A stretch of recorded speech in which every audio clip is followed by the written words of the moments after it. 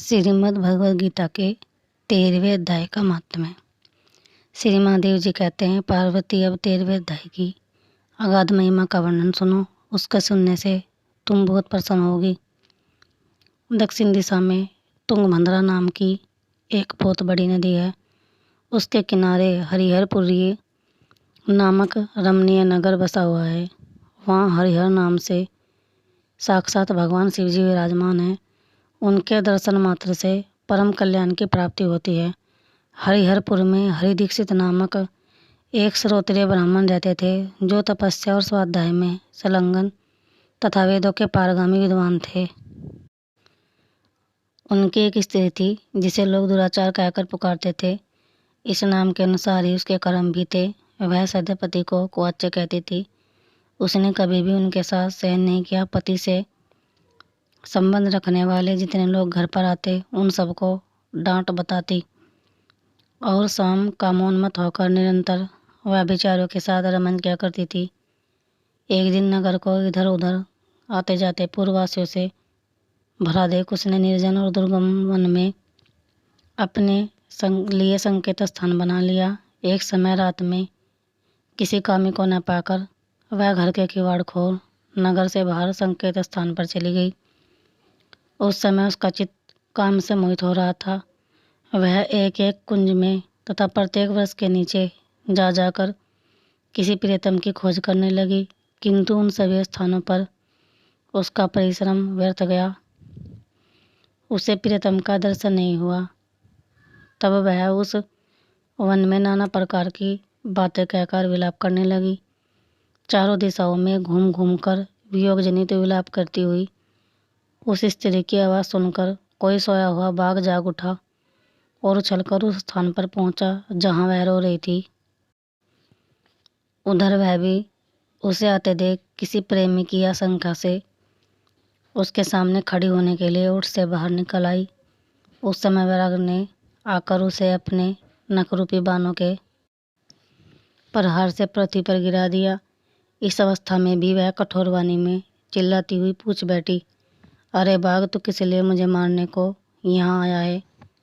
पहले इन सारी बातों को बता दे, फिर मुझे मारना। उसकी यह बात सुनकर प्रचंड पराक्रमी व्याघ्र रक्षण भर के लिए उसे अपना ग्रास बनाने से रुक गया और हंसता हुआ सा बोला, दक्षिण देश में मलापाहा नामक एक नदी है। उसके तट पर मुनिपर्णा नगरी बसी हुई है।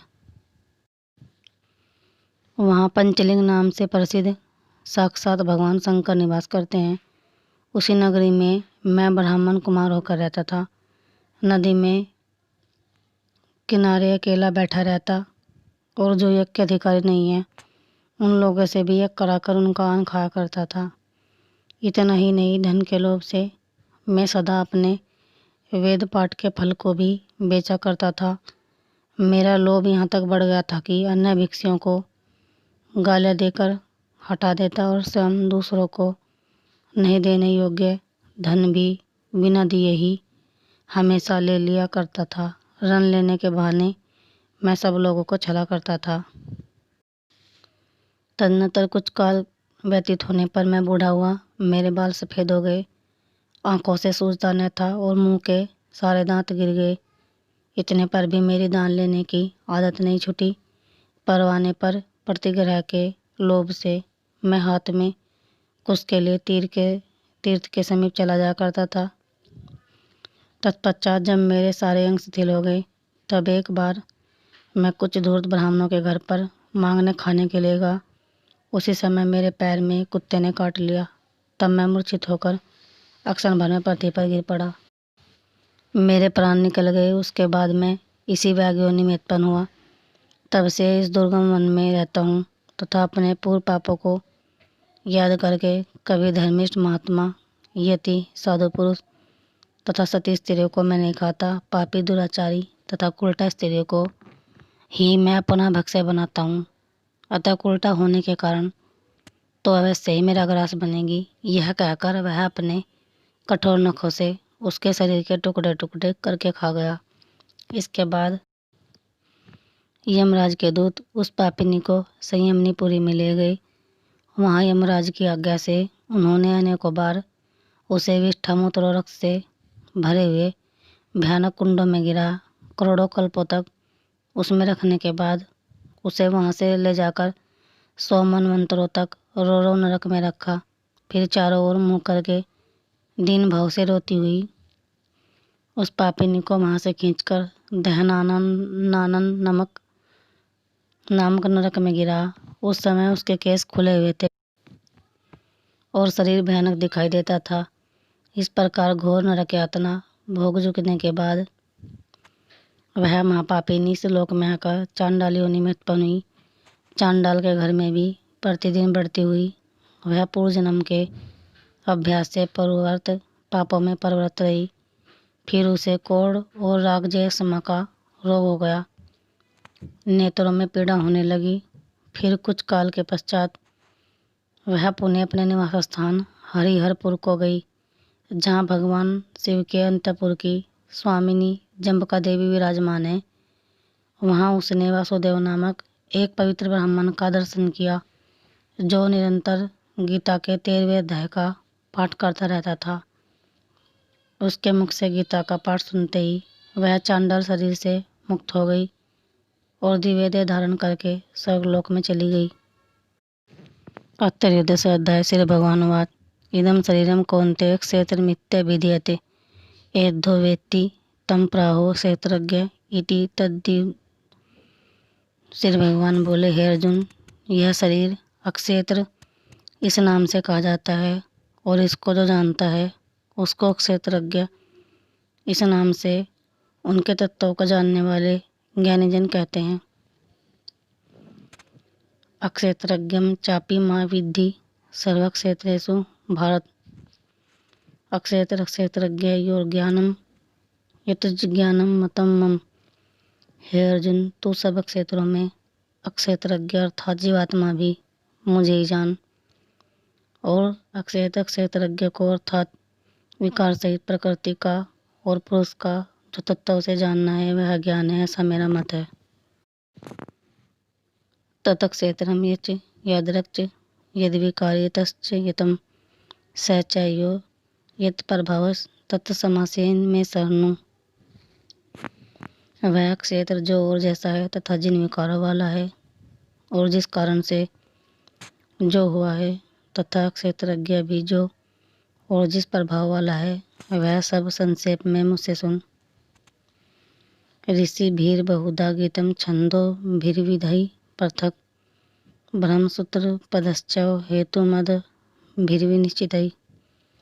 यह क्षेत्र और अक्षेत्रज्ञ का तत्व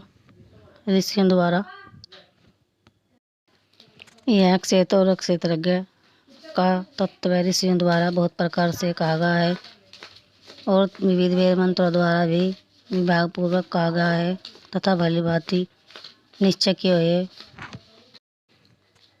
युक्ति युक्त ब्रह्मसूत्र के पदों द्वारा भी कहा गया है। महाभूतानि अहंकारो बुद्धिर्व्यक्तमेव च इंद्रियाणि दशकं च पंच चेन्द्रिय गोचरा इच्छा द्वेष सुखम दुखम संघात सचेतना धृति एतत् क्षेत्रम क्षमासेन स्वीकार मुदाहृतम।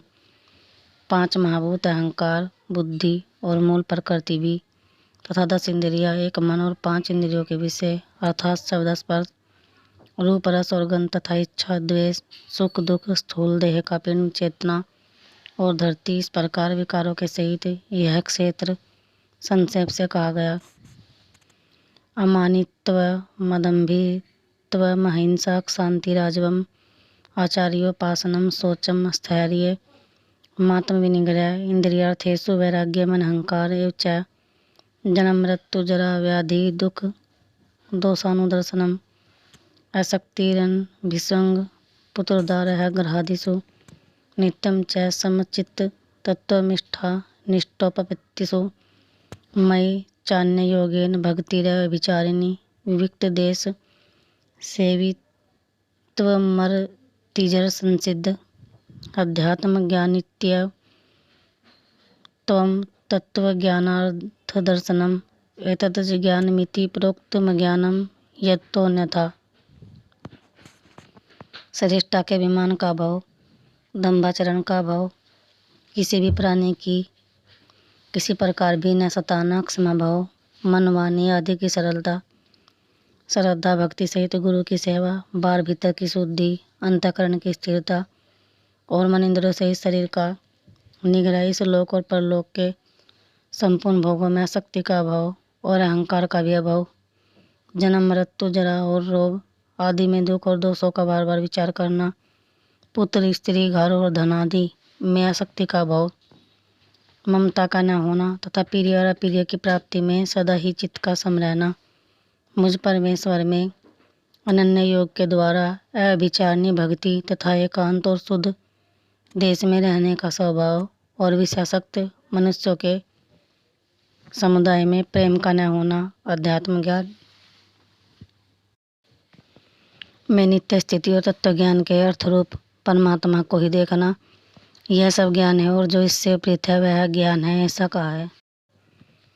अज्ञेयम यत्तक परीक्ष्यामि यज्ञात्वा मर्तमसनुते अनादि मत परम ब्रह्म न सत्तना सदुच्यते, जो जानने योग्य है तथा जिसको जानकर मनुष्य परमानंद को प्राप्त होता है उसको भली भांति कहूँगा, वह अनादि वाला परब्रह्म न सती कहा जाता न असति। सर्वतम पानिपादम सर्वतो अक्षिशिरोमुखम सर्वतः श्रुत्यामलोके सर्वतामृत्य तिष्ठति, वह सब और हाथ पैर वाला, सब और नेत्र सिर और मुख वाला तथा सब और कान वाला है, क्योंकि वह संसार में सबको व्याप्त करके स्थित है। सर्वे इंद्रिय गुणाभासम सर्वेंद्रिय विवर्जितम असक्तम सर्वभृत्य निर्गुणम गुण भोक्तृ च, वह संपूर्ण इंद्रियों के विषयों को जानने वाला है परंतु वास्तव में सब इंद्रियों से रहित है तथा आसक्ति रहित होने पर भी सबका धारण पोषण करने वाला और निर्गुण होने पर भी गुणों को भोगने वाला है। बहिरंतस भूतानाम अचरम चरणमयो च सूक्ष्मत्वात् तदविज्ञेयम दूरस्थम चान्तिके चाहतम, वह चराचर सब भूतों के बाहर भीतर परिपूर्ण है और चराचर भी वही है और वह सूक्ष्म होने से अविज्ञ है तथा अति समीप में और दूर में भी वही स्थित है। हे भगतम च भूतेषु विभक्तमिव च स्थितम भूतभर्त च तज्ज्ञेयम गर्शिष्णु प्रभविष्णु च, वह परमात्मा विभाग रहित एक रूप से आकाश के सदृश परिपूर्ण होने पर भी चराचर संपूर्ण भूतों में विभक्त सा स्थित प्रतीत होता है तथा वह जानने योग्य परमात्मा विष्णु रूप से भूतों का धारण पोषण करने वाला और रुद्र रूप से संहार करने वाला तथा ब्रह्मा रूप से सबको उत्पन्न करने वाला है।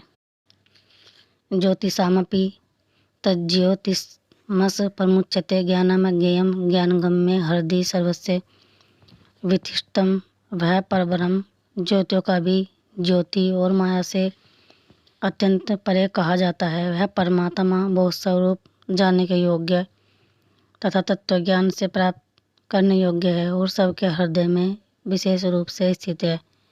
इति क्षेत्रम तथा ज्ञानमज्ञेयम चोक्तम समासत् मद्भक्त एतद्विज्ञाय मद्भावो योपपद्यते, इस प्रकार से तथा ज्ञान और जानने योग्य परमात्मा का स्वरूप संक्षेप से कहा गया। मेरा भक्त इसको तत्व से जानकर मेरे स्वरूप का प्राप्त होता है। प्रकृतिम पुरुषम च विद्धि अनादि उभावपि विकारांश्च गुणाश्च विद्धि प्रकृति संभवानम, प्रकृति और पुरुष इन दोनों को ही तो अनादि जान और राग द्वेष आदि विकारों को तथा त्रिगुणात्मक संपूर्ण पदार्थों को भी प्रकृति से ही उत्पन्न जान।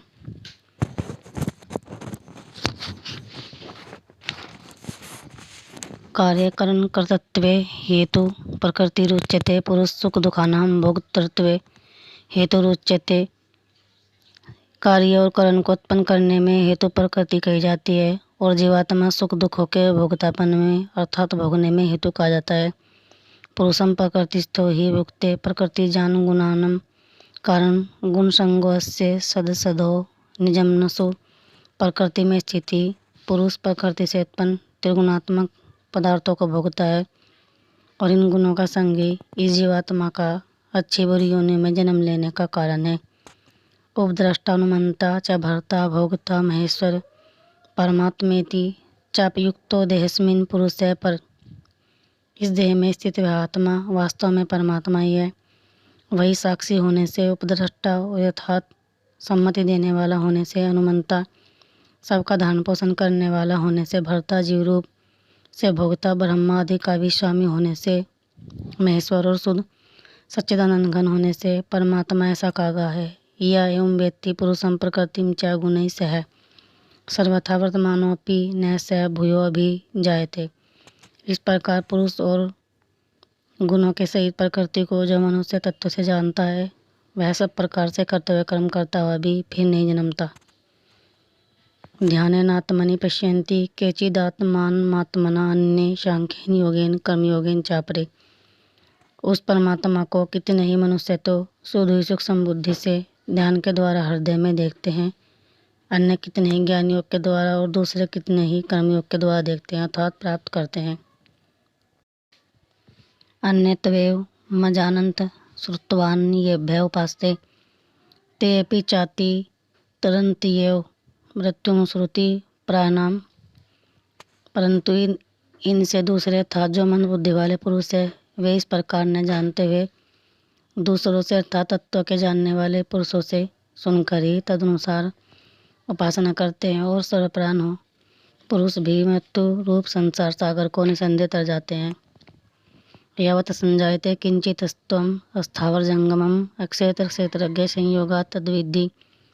भरतरसभ हे अर्जुन, यमन मात्र जितने भी स्थावर जंगम प्राणी उत्पन्न होते हैं, उन सबको तो अक्षेत्र और क्षेत्रज्ञ के संयोग से उत्पन्न जान। सम सर्वेषु भूतेषु तिष्ठन्तं परमेश्वरं विनश्यत सौ विनश्यन्त।